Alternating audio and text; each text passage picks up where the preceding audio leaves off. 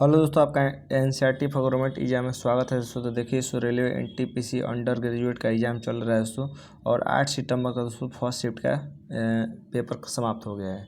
तो इसको इस वीडियो में देखेंगे तो दोस्तों कि कौन कौन क्वेश्चन पूछे गए हैं, एकदम रियल क्वेश्चन मिले हैं दोस्तों।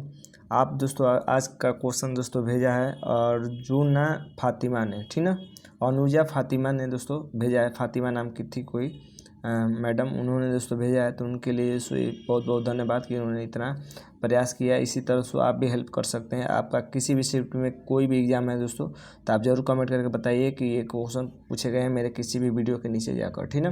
पीडीएफ लेने के लिए आपको कुछ नहीं करना है, टेलीग्राम ज्वाइन कर लीजिए, वहाँ पर पीडीएफ मैं डाल देता हूँ और डाल दिया भी हूँ पहले का, तो वहाँ से आप डाउनलोड कर रिवाइज कर सकते हैं। तो देखते हैं क्या क्वेश्चन पूछा गया था।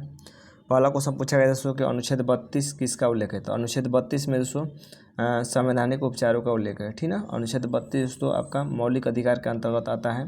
मौलिक अधिकार, ठीक ना, मौलिक अधिकार का अंतर्गत आता है और मौलिक अधिकार का उल्लेख दोस्तों किस अनुच्छेद में है। तो मौलिक अधिकार का उल्लेख दोस्तों अनुच्छेद 12 से 35 तक दोस्तों मौलिक अधिकार का उल्लेख है, ठीक ना। मौलिक अधिकार दोस्तों किस देश से लिया गया है दोस्तों, तो अमेरिका से लिया गया है। किस देश से लिया गया है, अमेरिका से लिया गया है दोस्तों। और मौलिक अधिकार का उल्लेख किस भाग में ये पूछे दोस्तों, तो भाग 3 याद रखेगा। भाग 3 में दोस्तों मौलिक अधिकार का उल्लेख है, ठीक ना। तो इसका आंसर हो जाएगा दोस्तों अनुच्छेद 32। अनुच्छेद 32 में दोस्तों संवैधानिक उपचारों का उल्लेख किया गया है। और दोस्तों अगर बात कर लिए तो अनुच्छेद 32 के तहत ही दोस्तों सुप्रीम कोर्ट 5 प्रकार की रिट जारी करती है, जबकि अनुच्छेद 226 के तहत दोस्तों हाई कोर्ट भी रिट जारी करता है। तो हाई कोर्ट दोस्तों अनुच्छेद 226 के तहत रिट जारी करता है, जबकि सुप्रीम कोर्ट दोस्तों अनुच्छेद 32 के तहत 5 प्रकार की रिट जारी करती है। एक क्वेश्चन पूछा गया था दोस्तों चाणक्य से कि चाणक्य की अर्थशास्त्र नीति कैसी थी दोस्तों। देखिए इसका आंसर हो जाएगा कि राज्य को केवल एक ही स्रोत से आय पर निर्भर नहीं रहना चाहिए, ऐसी उसकी नीति थी, ठीक ना। तो इसके बारे में पूरा देख लेते हैं। तो देखिए चाणक्य का सुझाव था कि राज्य को केवल एक ही स्रोत से आय पर निर्भर नहीं रहना चाहिए, जैसे कृषि, खनन, हस्तशिल्प, व्यापार और आयात निर्यात सभी को बढ़ावा देना चाहिए। इससे राज्य की आर्थिक स्थिति मजबूत और स्थिर रहती है, ठीक ना। चाणक्य की बात कर लेते हैं तो चाणक्य आप जानते हैं कि चाणक्य चंद्रगुप्त मौर्य के क्या थे दोस्तों, प्रधानमंत्री थे या गुरु थे। प्रधानमंत्री भी थे और गुरु भी थे, ठीक ना, गुरु। और दोस्तों चाणक्य की एक प्रसिद्ध पुस्तक है दोस्तों अर्थशास्त्र। कौन सी है, अर्थशास्त्र। आज के शिफ्ट में दोस्तों अर्थशास्त्र से भी क्वेश्चन आया है। अर्थशास्त्र किसकी पुस्तक है, चाणक्य की ही पुस्तक है। आगे देख लेते हैं। ये क्वेश्चन आया था दोस्तों कि वर्ल्ड हैप्पीनेस इंडेक्स में पहले स्थान पर कौन है दोस्तों, तो इसका आंसर हो जाएगा फिनलैंड। फिनलैंड दोस्तों पहले स्थान पर है। मैंने कितनी बार दोस्तों हर शिफ्ट में कराया है कि ये याद रख लीजिए, आने वाले शिफ्ट में पूछेगा। मैंने एक वीडियो भी बनाया था दोस्तों, उसमें सभी मैंने जितने इंडेक्स थे, जितने नियुक्तियाँ थी सभी बता दिया था, ठीक ना। वो दोस्तों किसी भी दोस्तों एग्जाम के लिए महत्वपूर्ण होगा, चाहे ग्रुप डी चाहे कोई भी, ठीक ना। तो इसका आंसर हो जाएगा फिनलैंड। और कुछ इंडेक्स की बात कर लेते हैं। तो पर्यावरण प्रदर्शन सूचकांक में भारत की रैंक 176 है। वर्ल्ड हैप्पीनेस इंडेक्स में दोस्तों भारत की रैंक 118 है और टॉप पर फिनलैंड है। यही पूछा था आपका, ठीक ना। ग्लोबल फायर पावर इंडेक्स में चौथे नंबर पर भारत है, जबकि पहले पर यूएस है। ग्लोबल यूनिकॉर्न इंडेक्स में भारत तीसरे पर है, जबकि टॉप पर यूएस है। विश्व बौद्धिक संपदा सूचकांक में भारत 42 नंबर पर है, टॉप पर यूएस है। ह्यूमन डेवलपमेंट इंडेक्स में भारत दोस्तों 130 पे है, टॉप पर आइसलैंड है। यूएनडीपी इसको जारी करता है इसको। और ग्लोबल जेंडर इंडेक्स 2025 में भारत 131 पे है, टॉप पर आइसलैंड है। ये WEF द्वारा जारी किया जाता है, ठीक ना। एक क्वेश्चन ये भी आया था दोस्तों कि ह्यूमन डेवलपमेंट इंडेक्स में भारत की रैंक कितनी है। जितना भी इंडेक्स है दोस्तों मैंने करा दिया है, एकदम 100% करा दिया है, और वहाँ से क्वेश्चन हर शिफ्ट में फंसता भी है। तो इसका आंसर हो जाएगा 130 दोस्तों है ह्यूमन डेवलपमेंट इंडेक्स, ऊपर भी मैंने बताया यहाँ पर। और टॉप पर कौन है सो आपका आइसलैंड है। UNDP इसको जारी करता है। देख लेते हैं अगला क्वेश्चन पूछता है कि समान कार्य के लिए समान वेतन का उल्लेख किस अनुच्छेद में है। तो ये तो क्वेश्चन रिपीट हुआ है। देखिए दोस्तों समान कार्य के लिए समान वेतन का उल्लेख दोस्तों अनुच्छेद 39D में है, ठीक ना। 39D में दोस्तों इसका उल्लेख किया गया है। और 39 की बात कर लेते हैं तो ये 36 से 51 के अंतर्गत आता है। 36 से 51 तक का उल्लेख दोस्तों राज्य के नीति निर्देशक तत्व के अंतर्गत आते हैं, ठीक ना। राज्य के नीति निर्देशक तत्व का उल्लेख दोस्तों अनुच्छेद 36 से 51 तक है।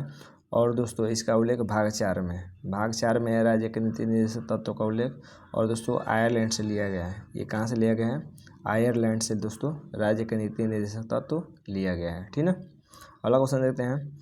एक क्वेश्चन पूछा था दोस्तों कि सस्टेनेबल डेवलपमेंट इंडेक्स 2025 की थीम क्या थी दोस्तों? तो देखिए इसका आंसर हो जाएगा कि 2030 और मध्य शताब्दी का तक सतत विकास के लिए वित्त पोषण। यही इसका थीम था कि 2030 और मध्य शताब्दी तक सतत विकास के लिए वित्त पोषण इसका थीम रखा गया था। इसके बारे में देख लेते हैं। तो देखिए 2025 की SDR रिपोर्ट की थीम है 2030 और मध्य शताब्दी तक सतत विकास के लिए वित्त पोषण, यानी financing sustainable development to 2030 and mid century. यह रिपोर्ट बताती है कि दुनिया में सतत विकास लक्ष्यों यानी SDGs को हासिल करने के लिए अब तक कितनी प्रगति की है। ये क्वेश्चन आया था। देखिए चाणक्य से आपके 2 क्वेश्चन आए थे। एक ऊपर मैंने बताया, ये आया था कि अर्थशास्त्र में किसका उल्लेख किया गया है। देखिए जो अर्थशास्त्र आपका चाणक्य के द्वारा लिखा गया है। ठीक ना। इसके द्वारा चाणक्य के द्वारा लिखा गया है। चाणक्य का नाम दोस्तों 3 मिलते हैं, चाणक्य, कौटिल्य और विष्णुगुप्त। ये तीनों नाम किसके हैं दोस्तों? ये चाणक्य के हैं। ठीक है। विष्णुगुप्त, ये तीनों नाम एक ही व्यक्ति के हैं और इन्होंने अर्थशास्त्र लिखा है। इसमें दोस्तों अर्थशास्त्र के बारे में नहीं बताया गया, इसमें दोस्तों राजनीति के बारे में बताया गया है। ठीक है। तो यानी राज्य व्यवस्था, कृषि और न्याय जो जम्मू कश्मीर का है दोस्तों उसके बारे में यहाँ पर बताया गया है। तो यही क्वेश्चन पूछा था। तो अर्थशास्त्र कौटिल्य या चाणक्य 14वीं शताब्दी ईसा पूर्व द्वारा रचित संस्कृत का एक ग्रंथ है। इसमें राज्य व्यवस्था, कृषि, न्याय और राजनीतिक आदि के विभिन्न पहलुओं पर विचार किया गया है। एक क्वेश्चन था दोस्तों कि उत्तर भारत का पहला न्यूक्लियर परियोजना किस राज्य का था दोस्तों? तो हरियाणा आंसर हो जाएगा, हरियाणा का था। ठीक ना। इसके बारे में देख लेते हैं। तो उत्तर भारत की पहली परमाणु परियोजना हरियाणा में गोरखपुर नाम के एक छोटे से शहर में स्थापित की जा रही है। केंद्रीय मंत्री डॉक्टर जितेंद्र सिंह ने जैतापुर परमाणु ऊर्जा परियोजना के प्रति सरकार की प्रतिबद्धता को दोहराते हुए यह खुलासा किया कि इसे भारत के स्वच्छ ऊर्जा भविष्य की ओर एक महत्वपूर्ण कदम बताया। एक क्वेश्चन आया था कि सिंधु घाटी सभ्यता में सजावट के लिए किस तकनीक का उपयोग करते थे? तो देखिए सिंधु घाटी सभ्यता में सजावट के लिए ज्यामितीय तकनीक यानी ज्यामितीय डिजाइन का प्रयोग करते थे और जानवरों के रूपांकन का उपयोग करते थे। ठीक है।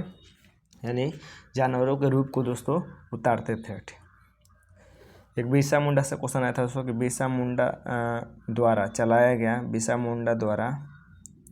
चलाया गया मुंडा विद्रोह से संबंधित क्वेश्चन था। क्वेश्चन पूरा नहीं मिल पाया दोस्तों, लेकिन बात कर लेते हैं बिरसा मुंडा के दोस्तों। इन्होंने मुंडा विद्रोह चलाया था 1895 में। ठीक ना। तो बिरसा ने 1895 में छोटा नागपुर, बंगाल और उड़ीसा के आदिवासियों को एकजुट करके इस आंदोलन की शुरुआत की थी। ठीक ना। तो कब की? 1895 में।